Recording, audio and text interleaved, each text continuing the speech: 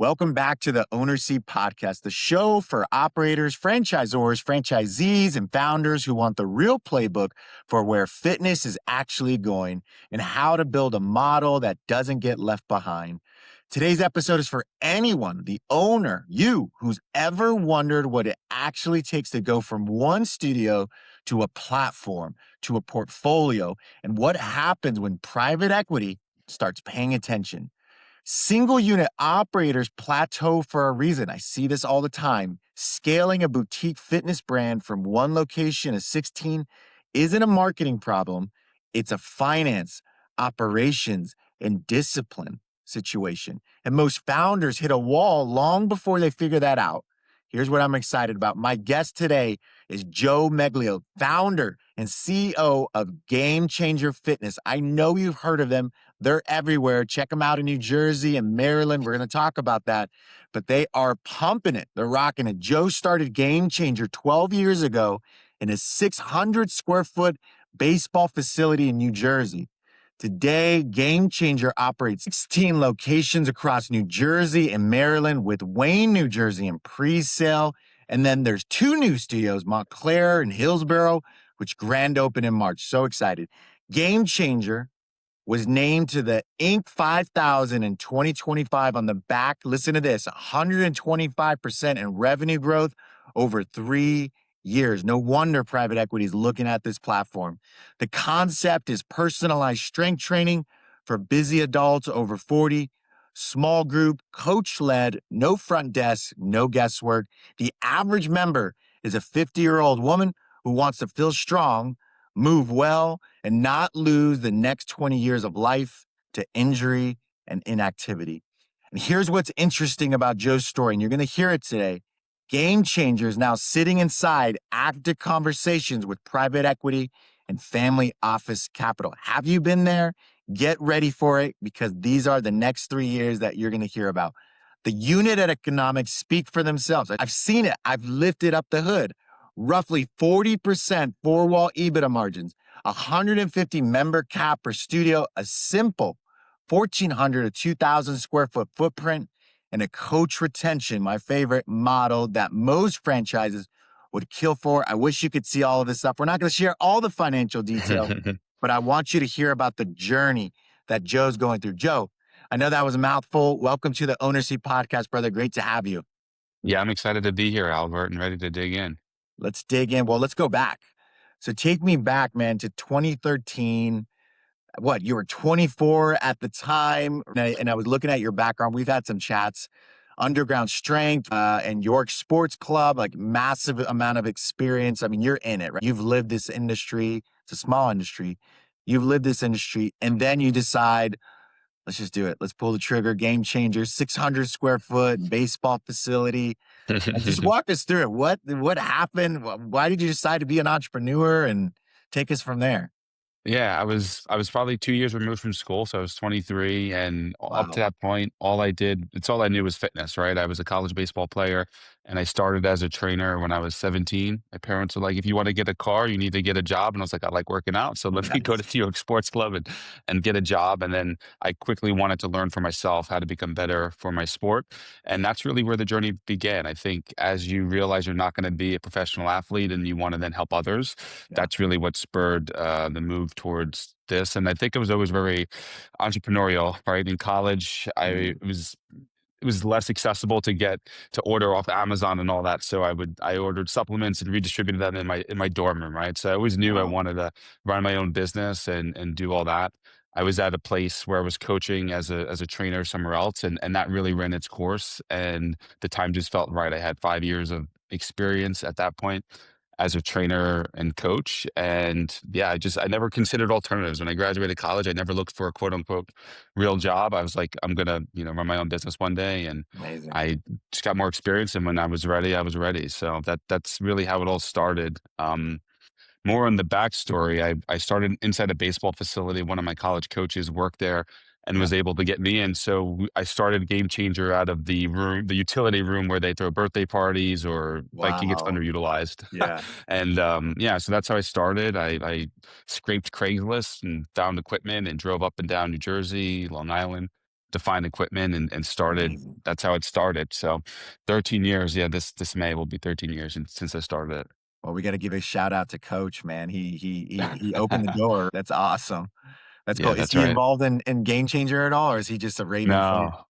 Yeah, no. Yeah, he just got me in there That's because he was so working cool. there at the time, and yeah, the rest is history. Yeah, that's awesome. Well, shoot, we're still going. You have a lot going on, a lot of No exciting doubt. things. Yeah, huge success, and it's going to continue. So, was it always game changer? I know at the top I talked about kind of the average member, and now I know it's for everyone. But I was wanting to go Yeah. a little bit more on your niche. But did it always start the way it is today? When you look at your demographic and some of the things I love, by the way, whoever is doing your website and all of the PR marketing, they're outstanding. It always been that niche, or did you have to evolve over time? Yeah, no, the business I started is not the business we are today. Yeah, So being in the baseball facility, being with my background as a college baseball player, my business was training athletes, primarily middle school, high school, college level baseball players and right, athletes. So that was the business that I started. One of the challenges with being in that business is it's very cyclical and seasonal. There's built-in right. attrition as kids move from, let's call it middle school to high school and into college. So it wasn't, it was great. I loved it. It was it was my passion at the time. And then we slowly started getting into adult training to really diversify the business offerings. You're in these fitness business masterminds, and that was one of the things that came up is think about diversifying what you're doing so Yeah, you have more year-round, more consistency. So that's we fell into the adult training for that reason. And I think a lot of the prints from a training perspective, a lot of the principles we applied to training athletes, we applied to training our adults. And we just really ran with it from there. It started to take yeah, off. It was during like the boom of meta Facebook ads really first came onto the scene yeah. and what have you. So that really helped expand our business. And I had my head down and was growing that one location. We were in that 600 square foot location for 2 years before we moved to 6,000 square foot. That's our Wow. HQ location. We still Yeah, have that today. And we still operate out of that today. But yeah, we went 10x in size and we just really outgrew that one little location. And at that time when we moved, we were still training athletes. It was probably 50% or more of our business still at the time of the move. Our adult program was really growing and we really had nowhere to go with it. What necessitated that move is we saw a lot yeah. of opportunity, a lot of interest on the adult fitness general pop side. So it was just part of the plan to always it wasn't going to be in that baseball place forever. That was a starting point, not an end point. So getting into our own facility, our own lease and doing all that So cool. was the plan. So we did that after 2 years and just continued to grow that one location from 2015 to I would say really around COVID 2020 was really that was my main role was just I was general manager of my one location and head down growing it, building it, and what have you. So and what changed was over the years I was doing all the consultations, right? So I was mainly meeting Yeah, with women who at the time probably had younger kids, I would say, but you just right. start to see a lot of the same things over and over, and you hear a lot of the same things over and over again. So and our program was working so well that we kept growing word of mouth and referral. So we started to build and design the program around that niche. And then I think it really was post COVID, or I would say when we started to expand into these smaller retail footprints of 1,400 to 2,000 square feet.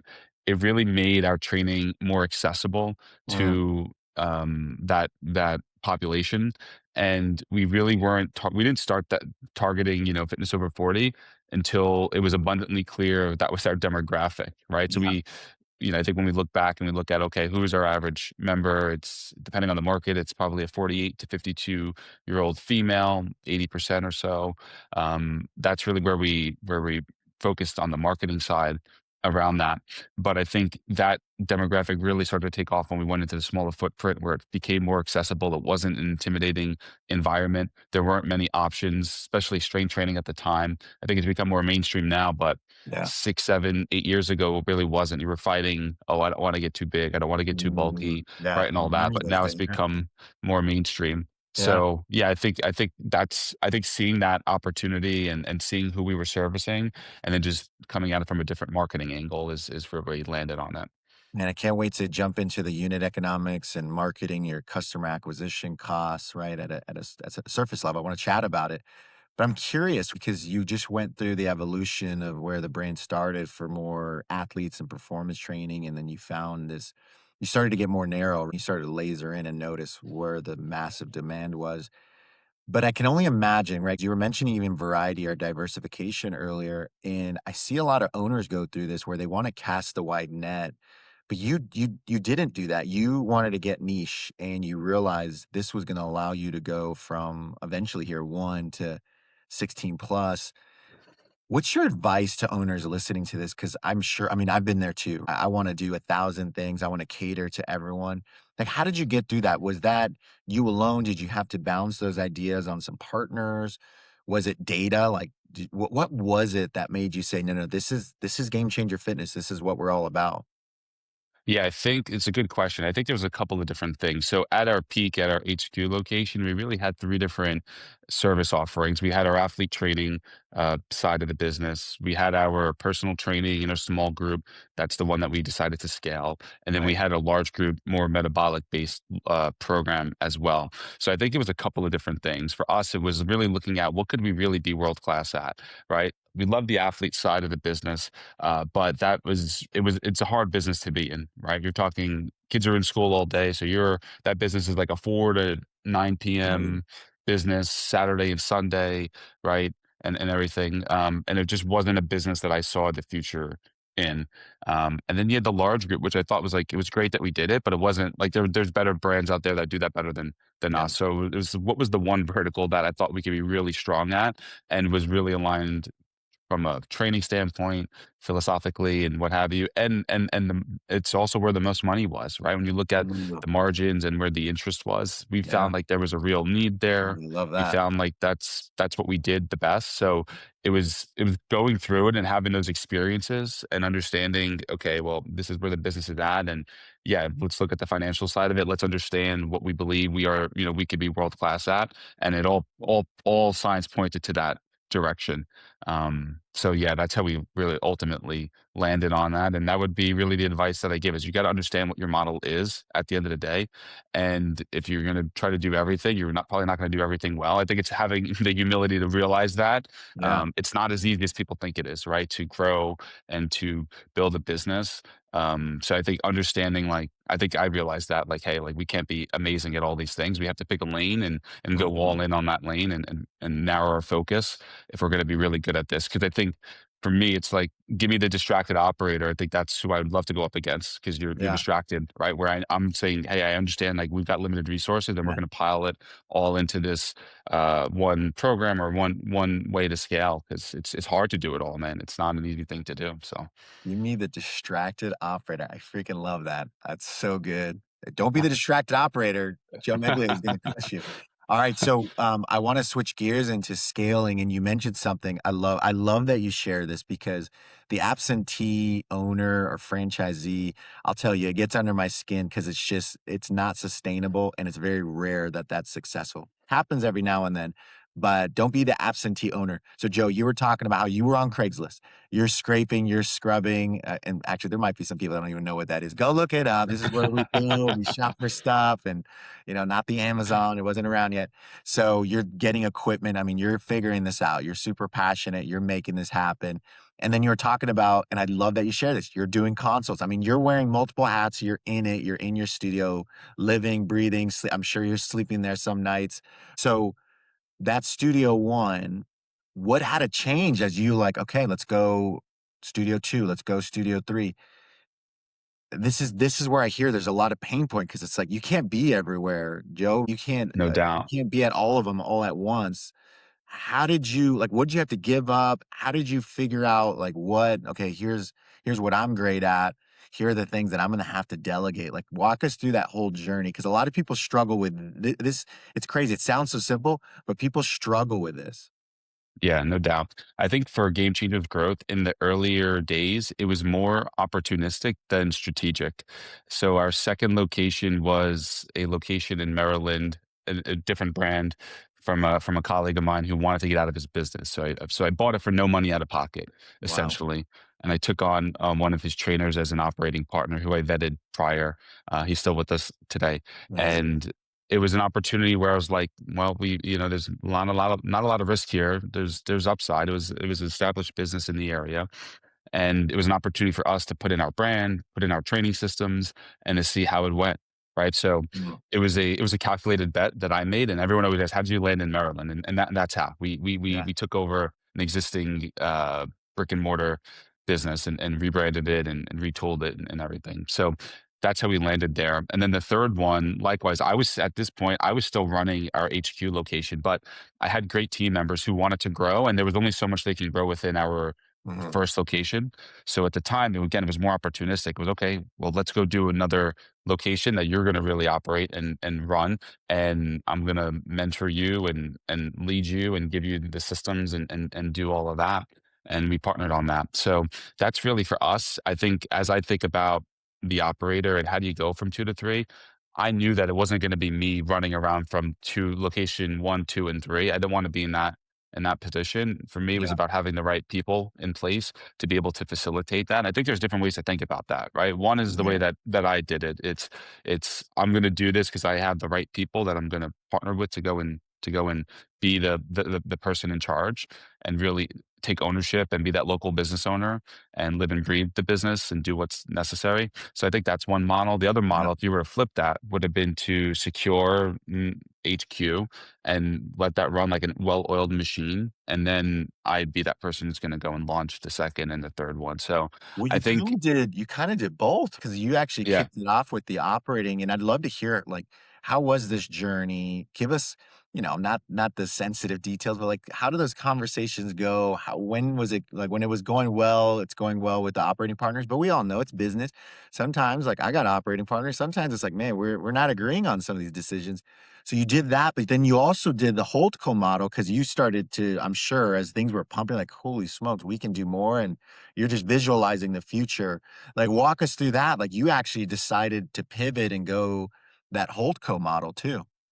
yeah, I think for me it was okay, well, what's the end game here, right? I think Right. for the first couple of locations, it was more opportunistic. I had great people, they wanted to grow. I didn't really know where things were going, right? Mhm.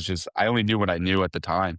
And I had good people in front of me. So it was more about it was more game playing checkers, I guess, than chess, right? Mhm. But thinking about it more from a big picture standpoint, okay, what is the ultimate goal here? And if it's to build a real brand and something that we can really scale, I didn't think that was scalable, right? Because it was I was dependent on having those right people, and I knew those team members for a really long time, right? As we were growing at it. So I think it was more about the whole co model is more about building the infrastructure in place that's going to go Yep. and open and launch businesses and run them, than rely on the individual partner who was going to be that local business operator in that market. So I think it was a shift of how can we do this more at scale or ramp up a little bit quicker versus waiting for that next person to come through and so forth. So Yeah. I think it was a different challenge that I gave myself in terms of how we're going to go and scale this. And I thought there would be more teeth doing it that way, which has helped get us here. So yeah, I think about our growth in two stages: that opportunistic growth, like, hey, what's in front of us, and Mhm. knowing like I can't be at all places at all times, and I have these team members that do want to grow, and the more strategic part of it, that something switched somewhere where like, okay, well, this isn't maybe the most scalable way to do this. We want to put more of an infrastructure in place that's going to be able to help support and grow and launch these locations at a little bit more of a rapid pace, and Yeah. not dependent on having that individual owner operator in every single one location. Part of scaling, right? You think about, and I chat about this a lot, and maybe I should chat about it more on the show, but economies of scale, right? And finding these efficiencies. Um, Expanding, right, is another pain point that I think a lot of owners those that are watching or listening, either you've gone through it and you know exactly what we're about to hit on here next, or you're thinking about expanding. And this is something you need to pay attention to. It's very difficult. You think about build out costs, right? And one thing that I know is, Joe, through your experience in this journey of Game Changer, you've gotten really disciplined with understanding, okay, what is it going to take? what's the all-in costs roughly per location. And so can you walk us through that as you're going from location 1 to 2 and you're learning more about the financial and the operational, even some of the personal challenges, but then getting into that build out number to launch, 4, 5, 6. What were some of the things now that you look back, it's like, okay, this is what I would go tell younger Joe, hey, don't do this, or hey, continue doing that. What were some of the learning lessons as you started to grow even faster, in specifically in that build out all in cost? I think what I think fortunately, coming bootstrapping the whole business, it almost forces a level of scrappiness and Mhm, resourcefulness and mhm. discipline that is really a useful muscle as you continue to scale. So every decision I made, I always would run it through the lens of, is this how is this going to help improve the economics of this business? And if it Yeah, didn't, then it didn't make sense to keep. Right. So just some examples that are at our main location, we had so much different equipment and what have you. And I was like, how much of this is real do we really need to carry over into the next location? Like, yeah, why is it that we're going to get people to sign up and what's going to keep them coming back? And if anything that we did didn't really influence that, it was a nice to have, not a need to have. mhm, Right. So I think having some sort of framework of understanding what really drives the value prop in your business is super important. And then using that as the framework to make financial decisions. That was super helpful for yeah, us. I think it's very easy to get carried away with adding a lot of extra equipment, a lot of bells and whistles, a lot of things that are, again, maybe look great, cool, but aren't going to drive the economics of your business. So I yeah, think it's really understanding truly what that is and maybe not being attached to everything at the same time. Right. So understanding like what equipment do you really need to make your model work from a staffing standpoint? Who do you really need on your team to make that model work? From a build out, right? Are you building it out for yourself and your own ego, or are you building it out because it's what your consumer exactly. wants, right? So those are the things that I think, and again, I think it was because it was early on. It was and still is. It's my money, right? And I knew Mhm, like, okay, I'm investing this. Like, I want to see a return on right, that, or I didn't have money that I could just waste, right? I wanted to be really efficient and smart with the money I was putting in to the business. So I think that muscle, it's.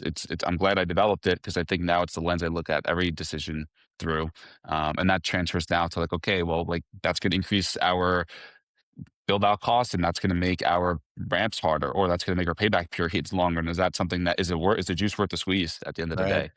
Right. So I think just being early on, being scrappy, develop that. And now I think that's been a good framework to look at it more through a financial lens of if it doesn't really improve the some form of economics of the business, is it really needed? And at the same time, you still always want to innovate and you still want to iterate on what you do and find ways to get better and Right. do things better and evolve. So I think there is a balance there or a dichotomy to be managed, but you just can't pile on and pile on and think that everything is gonna, you have to have good reasons for really driving your costs up. If you have to understand how it's going to impact your business. What I love about what you said earlier, though, it can be as simple as you're walking around, looking around, or planning. And by the way, I love all the strategy piece that you go through here, and I just highly recommend people go back in this episode and just listen to Joe and some of the questions he's asking himself, some of the things that he's talking with his team about, because this is where we have to slow it down and make really good decisions.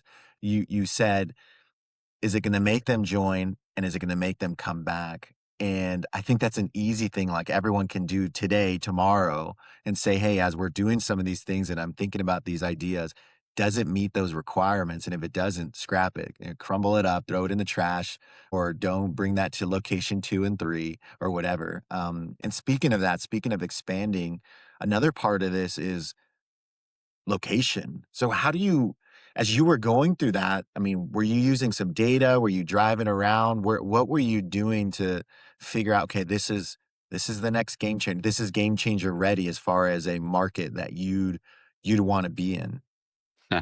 I'm laughing because I think early on it was not very scientific, right? And I think we're Yeah. still getting to the point to make it more scientific. So early on, it was just like areas that I was somewhat familiar with, right? And okay, this could be a good area. There's a lot of money in this area, yada yada.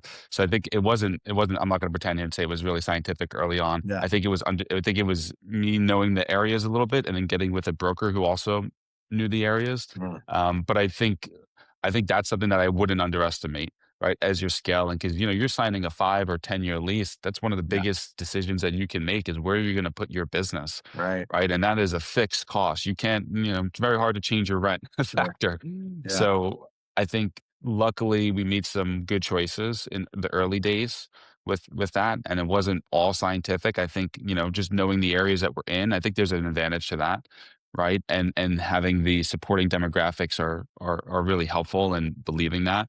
But outside of that, we weren't super scientific with things. It's like, okay, I think that's a good area. There's good demographics. Mhm. We're a pricier model, so understanding that there had to be the affluence in the area, and you also Right. want some density too. So finding the right balance of that's important. But I think that's something where I'm glad that we got that right early on. But had we not, I think that would have been a big mistake, for sure, because you're locked in, right? And it's hard to cut those losses off early on. So I So think true. making sure you get the location side of things right is it's one of the most important decisions you could make. So getting the right people and resources around you on the real estate front, I think is really critical if you're looking to scale.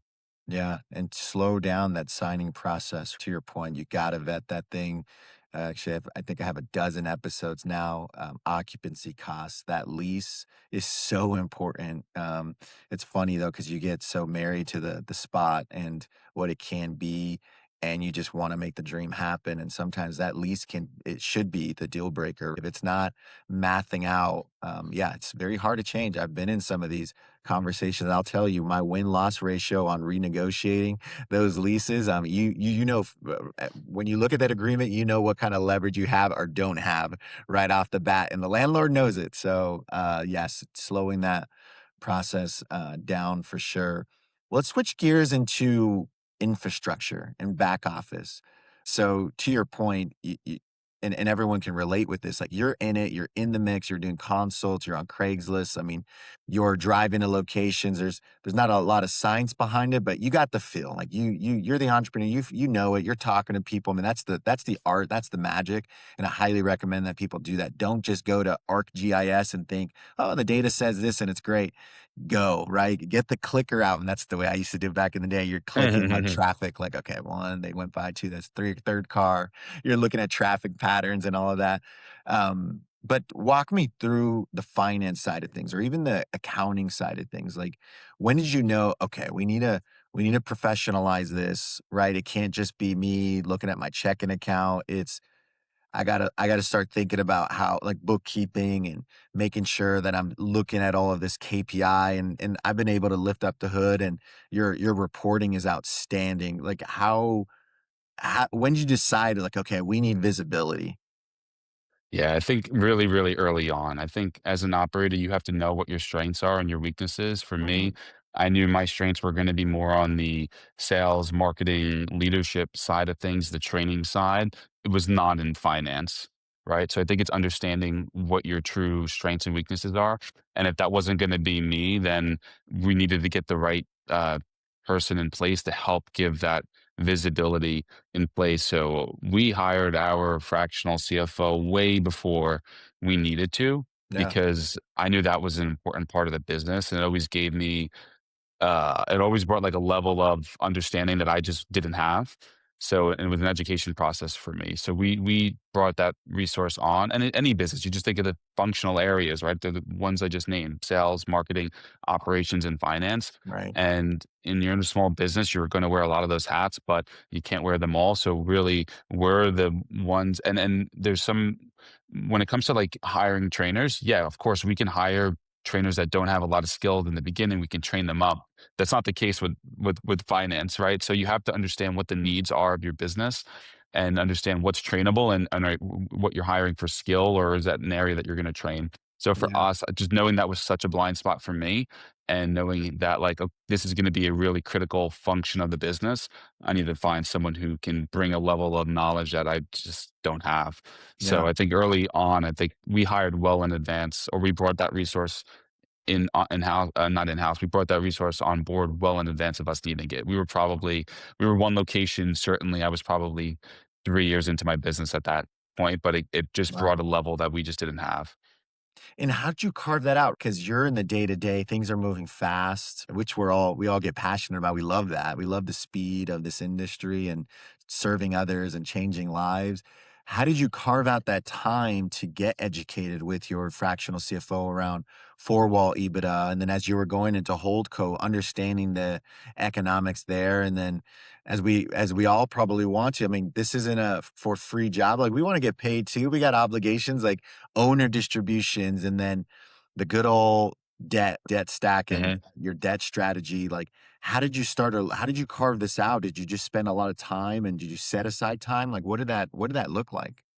Yeah, it's evolved over the years. I think when we were one unit, it was really understanding what drove the unit economics at that specific unit, right? What were the KPIs, the critical drivers of that business? So Mm, when it's one location for us, it was how many leads did we get, how many trials did we book, how many of those trials turned into memberships, and what's our monthly churn or attrition. love it. Understanding that was super important, right? And spending years really trying to understand, okay, great, if those are that's the scoreboard, what influences those scoreboard numbers and so forth, right? Because those are going to be more the leading indicators of revenue. Those aren't all leading indicators in general, but leading indicators are you can understand at least why what's happening in the business. Are you growing? If so, why? Where are the inefficiencies? What buckets are strong? What buckets are leaking?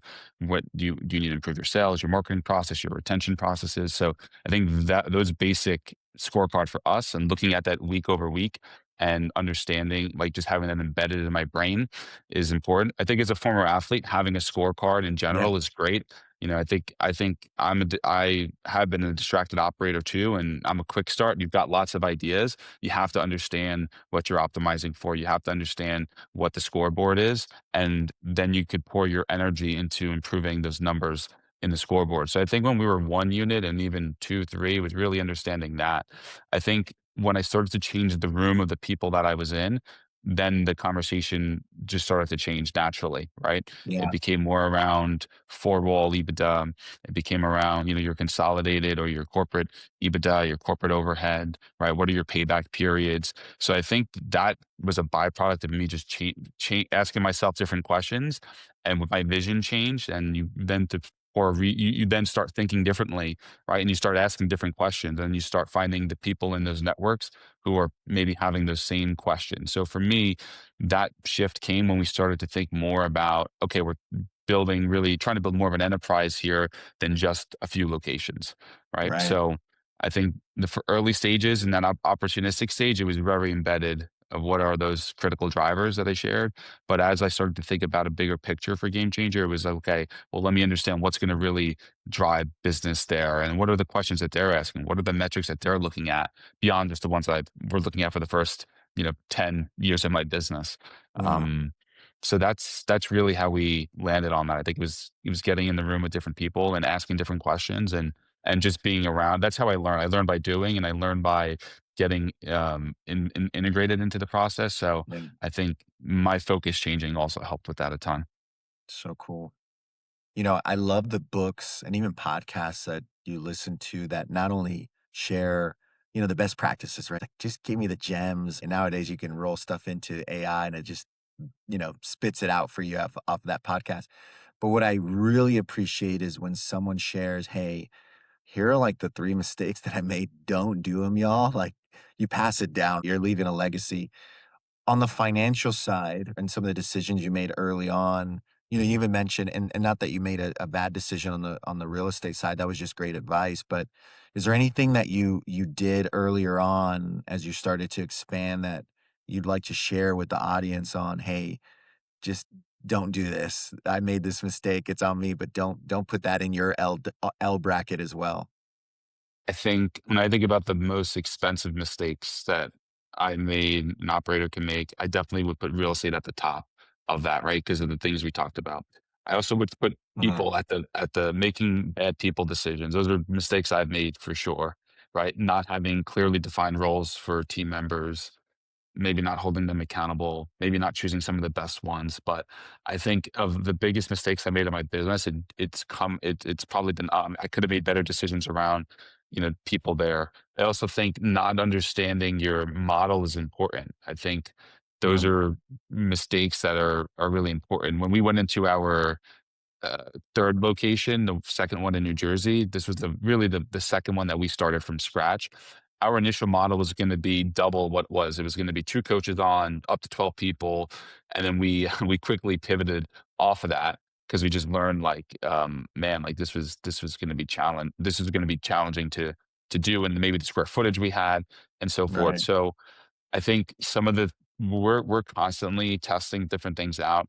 I think one of the things would have done differently was make sure that we and had the right resources to ramp quickly. I think when you are, scrappy and lean, I think I overestimated what we were capable of in some ways, and I would have put more resources into play because then you're stretched thin, your team's going to be stretched a bit thin. So I think making the right people decisions is really, really important at the field level, of course. And I think that's where, and then we had team members who grew with us and like they didn't really have a clearly defined role. So I Mm. think those are things I would do differently as well. I'm an idea person at the end of the day too, right? Like I'm a quick start. So I'd like to see opportunity in a lot of different things and people, but having more discipline around your structure and what that looks like is something that I could have benefited from earlier on for sure. So But I helpful. think, yeah, like the real estate side, and I think that when I just think about myself and the biggest mistakes I've made, they've always been around the people side. Now, I Mm. also think we've made a lot of good decisions on the people Yeah. side, but those are the most costly, right? Yeah. Because they impact, there's a real cost to what you're paying those team members. Then there's the distraction it causes for other people. Your other team members are maybe training them. So people Mm. it's not just, I'm not just invested financially in that. You're invested focus and energy and time from yourself and other team members around you into people as well. So Yeah. I think getting really clear on who you need and why you need them and how you're measuring success is something that, I think is really, really important. Something that I could have done a better job with for sure. And luckily we have a great team and a lot of them have grown with us. But I think about, okay, what are the biggest mistakes I've made? It's the ones that haven't worked out. And you're not going to be 100%. I don't think that's realistic either. But yeah, I think those have probably been the most costly for sure. Well, I met a couple people on your squad. I could attest, man, your squad is awesome. I got to give her a shout out. I mean, she's impressive. I hope she's watching this, Jessica. She's a killer, man. I don't know where you found her. She is awesome. So big shout outs to Jessica. She gets the big shout out today. I love it. Um, Just as awesome. yeah, she's so good, so detailed. Let's talk unit economics, and then I want to get into private equity. And I'm sure a lot of people are going to want to listen. So stick around. This is some good stuff. But you rattled off some KPIs here, and can you walk us through that again? Because I could tell, man, you've probably gotten obsessed about what is Game Changers KPIs that really moves the needle. So walk us through just that like that cadence. Like you wake up, right? Give us the behind the scenes of the owner of Game Changer Fitness, the founder. What are you looking for? What are you looking at? Like what needs to be in front of you? What does the team know needs to be in front of you and them? And like, what are you looking at to see? I always think of like the green, yellow, red, right, from a KPI dashboard. Like, what is that for you? Yeah, so I think the end goal is we want the output to be revenue, right? So Right. what are the numbers that are going to influence that? So it's really I would say it starts with our sales and marketing funnel, right? So it's how many leads came into the system. Of those Mhm. leads, how many were we able to book for a consult or a trial or what have you, whatever your process is. And Mhm. then those that have booked for a trial or a consult, how many were able to convert to membership? And then on the other side of that is what does our monthly churn look like? What's our retention rate month over month? So I think at a very basic level, that's going to help us understand what's happening in our business. And you can get more sophisticated than that, but I think understanding that's really important, right? And then by channel too. I think meta and paid ads is a big part of what a lot of fitness businesses are doing. So Right. really understanding what your ROAS is Mhm. important. And that's been a challenge of late, getting that number right. But understanding that is really important because then you can understand, okay, great. If you're putting $1 into the slot machine, what's coming out on the other side Yep. of it, right? So I think customer acquisition costs would go into that. What's your LT lifetime value? Those are things that are going to help understand the marketing process and what's working and not working there, and what's happening in from a retention standpoint. But I think from a pure, okay, like if I have a location that's bleeding and we're churning through 10% of members a month, in our model, that doesn't work. Right. That's not the standard of where we want to be.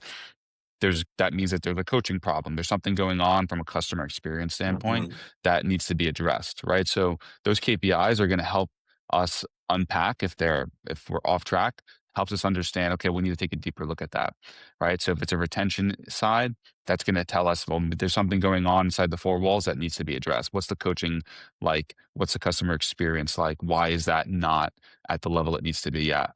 If customer acquisition is off, there's a number of different things it could be. It could be our Mm, sales process yeah. of how we're converting Real people. It quick, could be our marketing real quick. funnel. It totally bounced real quick. Ah, Can you go back to what you're saying, and then I'll edit that out, or edit this out. which But part should I pick up from the top? no, no, you were talking about, like CAC, customer acquisition cost, lifetime Okay. value. Yeah. So CAC, customer acquisition costs, those are really important metrics that are going to help us understand our marketing, what's working, and how much we can invest there.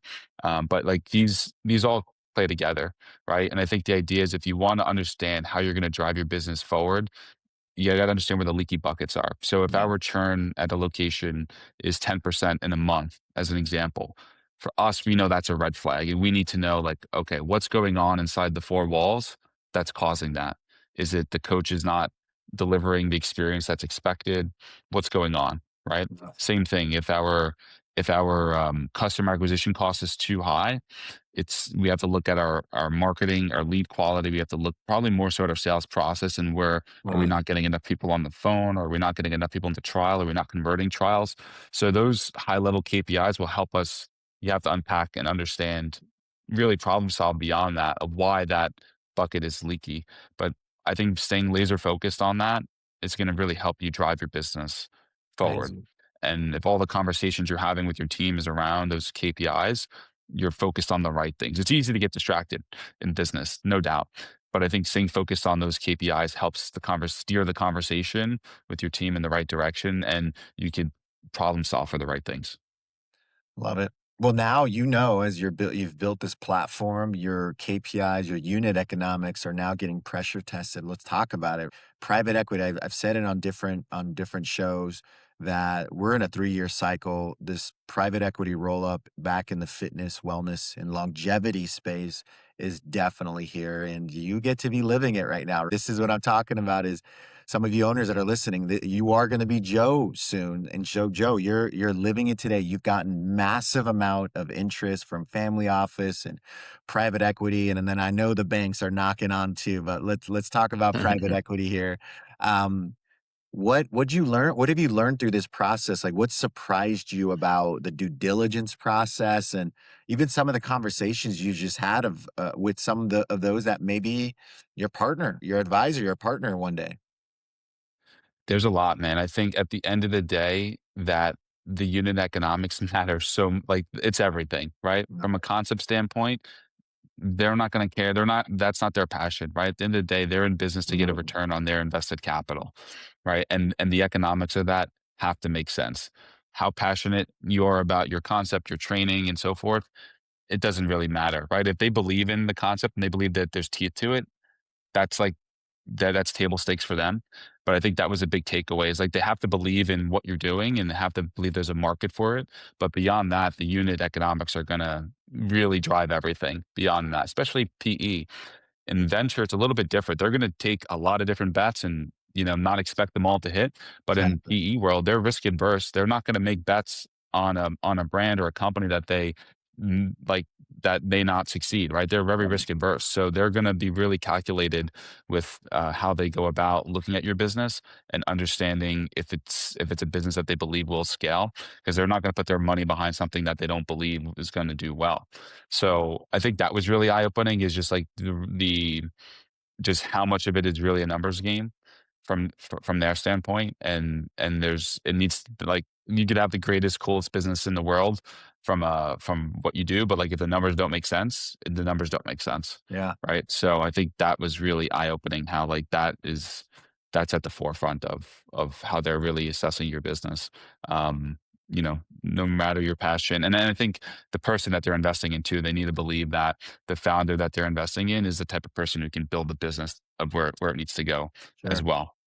Yeah. No, and I know you're in exciting conversations at the time of this recording. So how did you like walk us through? Because I'm sure there's people listening and watching this like can relate with you. You were talking about bootstrapping and just organically funding the operation from location one, two to then three, and then those three to four. So how did you decide, okay, I'm going to stop cash flowing it myself, or I'm going to do some debt financing and chat with some of the banks out there to then, all right, I'm going to entertain this private equity knocking at the door, knowing that I might have to give up some of my baby. That's very hard. Like that's a hard, It's how do hard. you, how did you go through that? And what were some of the things you had? I mean, who were you chatting with that you trusted? Like all of it. Give us the whole real behind the scenes. Yeah, I think I had some mentors who made some introductions for me. I think when I saw on the other side of the table that there was real interest in our model and in our concept, and and then our unit economics proved that there was real teeth there. I think understanding like there was a real opportunity for scale was was really eye-opening for me because I didn't really know that, right? Without having those conversations, I didn't, you just know what you know and you just doing what you're doing. And I didn't know that there was really that interest. So I think once I realized that there was that level of interest, it really opened my mind to the possibilities. We started with EOS in 2017, Mm, the entrepreneurial operating system from yeah. the book Traction. And at that time, we were one location. And I remember our BHAG goal that they have you set was like 50 locations in 10 years. And at that time, it felt so like no idea how we were going to achieve that. No idea at all. And I think looking back on it now, it doesn't feel like it's a matter of of if, it's a matter of when and how. There's different paths to get there. But I think for me, it's like it's if you have to understand really what game you're playing. And I think for me, and then what I mean by that is if your goal is to run a lifestyle business, I would not go down this path. Right. That's the reality of it. It's not the best path for that.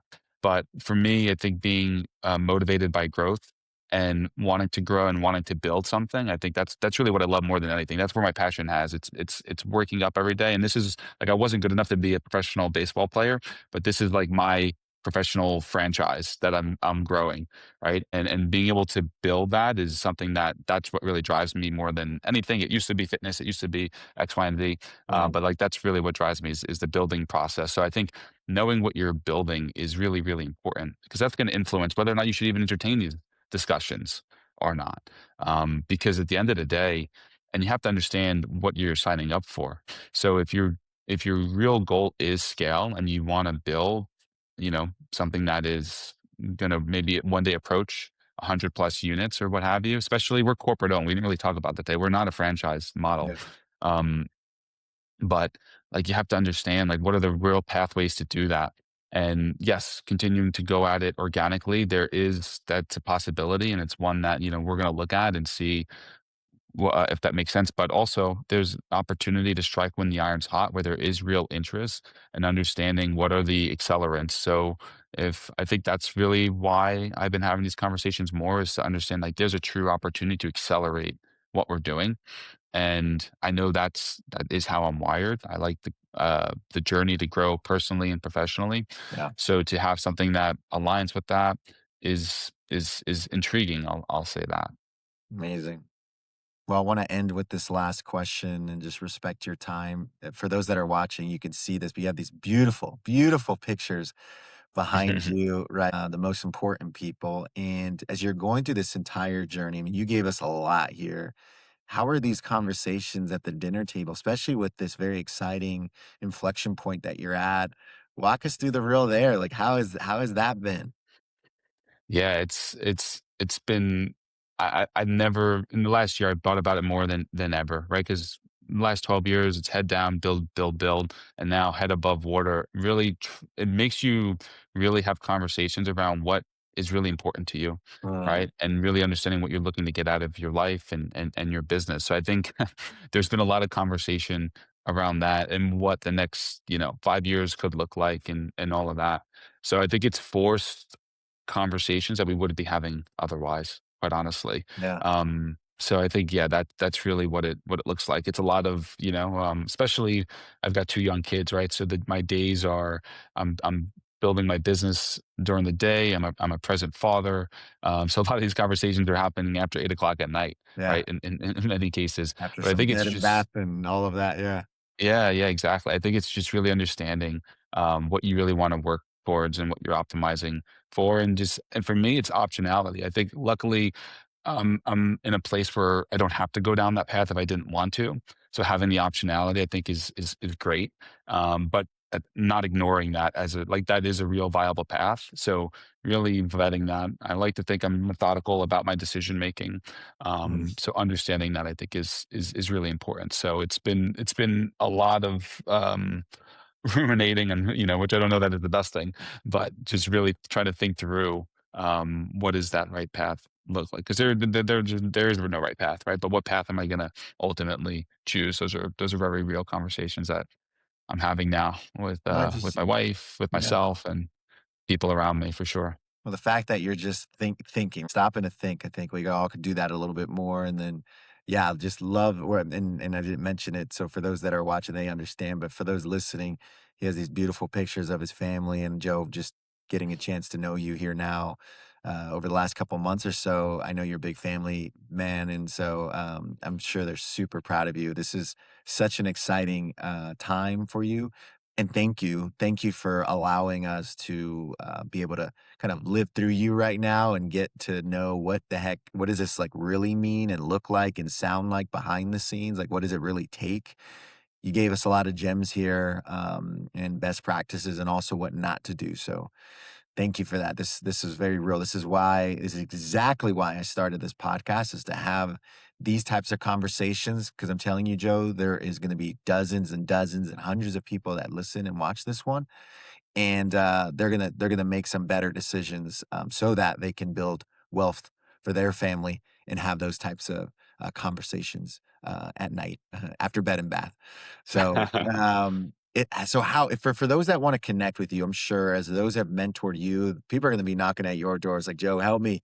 How can they get a hold of you? And then for those that as they are listening to this and they do some research and want to be a part of your growth story, and that includes investing. How can they learn more about Game Changer, and how can they get a hold of you? They're going to want to chat with you. Yeah, best way to get in touch is my email, joe@gamechangergym.com. That would be the best place to get in touch and what have you. So you can find me on Instagram as well. I'm not overly active on there, but I'm there. Email would be the best way. And this was great. I love having these conversations and the thoughtful questions and everything. It's good to look back and reflect too on how we got here, what worked, what hasn't worked, and whatnot. And we're still in early stages of the journey. I'd like to say that as well. So we're just really getting started here. So we're by Excellent. no means at the finish line. Well, we talked a lot about private equity and unit economics and KPIs, and for some of you that were like, "Ooh," maybe your head's spinning, that's okay. We've all been there. And so for the fitness and wellness operators who want to chat more about that around cash visibility and cash flow, unit economics, build out planning. We chatted about that and real estate decisions and even your capital strategy to make sure that your entire portfolio or maybe that single unit, the decisions that you're making are defensible, they're the right decisions. Make sure to check me out at strategointel.com or just shoot me a DM on LinkedIn. I'm pretty active there. This has been another episode of the Owner Seat Podcast. I'm your host, Albert Ramos. We had Joe Meglio on. Had such a blast. Thank you, sir, for jumping on. And these episodes, if you didn't know, if this is your first time tuning in, we drop episodes every Monday and Friday at 8 a.m. Central. Can't wait to release this one. Joe, such a pleasure. Thank you so much for your time. And congrats, man. This the best is yet to come.